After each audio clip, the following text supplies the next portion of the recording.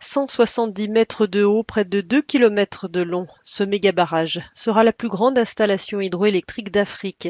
L'Éthiopie est sur le point d'achever ce projet phare de son développement économique, mais le pays ne parvient pas à résoudre la discorde avec ses voisins, l'Égypte et le Soudan, qui craignent pour leur approvisionnement en eau.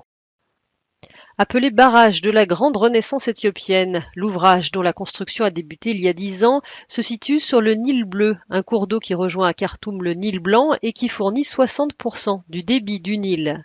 Depuis plusieurs années, d'âpres négociations sont en cours pour trouver un terrain d'entente. L'Union africaine a pris le dossier en main. Des pourparlers ont eu lieu cette semaine à Kinshasa, en RDC, mais se sont soldés par un nouvel échec.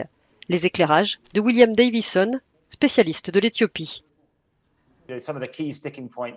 Parmi les principaux points de blocage, dit-il, il y a la manière dont le barrage sera géré au cours des différentes périodes de sécheresse. Ce qui revient à savoir quelle quantité d'eau l'Éthiopie serait prête à relâcher du réservoir du barrage. Il y a aussi le problème du règlement des différends. S'il y a un désaccord, le Soudan et l'Égypte veulent un arbitrage international dans la phase finale du processus de résolution des conflits. Et l'Éthiopie n'est pas disposée à l'accepter.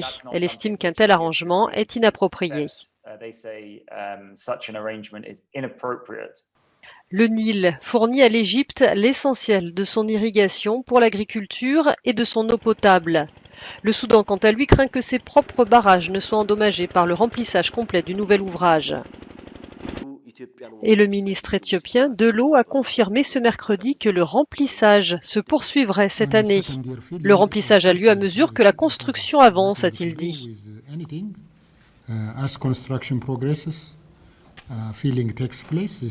L'Éthiopie connaît une croissance économique rapide, mais la moitié de sa population n'a pas accès à l'électricité, d'où l'importance pour le pays de mener à bien ce projet. Son coût est estimé à quelques 4 milliards d'euros. Il a été entièrement financé par Addis Abeba.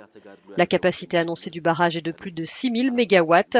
La mise en service doit se faire par étapes. Une période minimale de 4 ans sera nécessaire pour remplir totalement l'immense réservoir. La bataille pour les eaux du Nil s'annonce encore longue.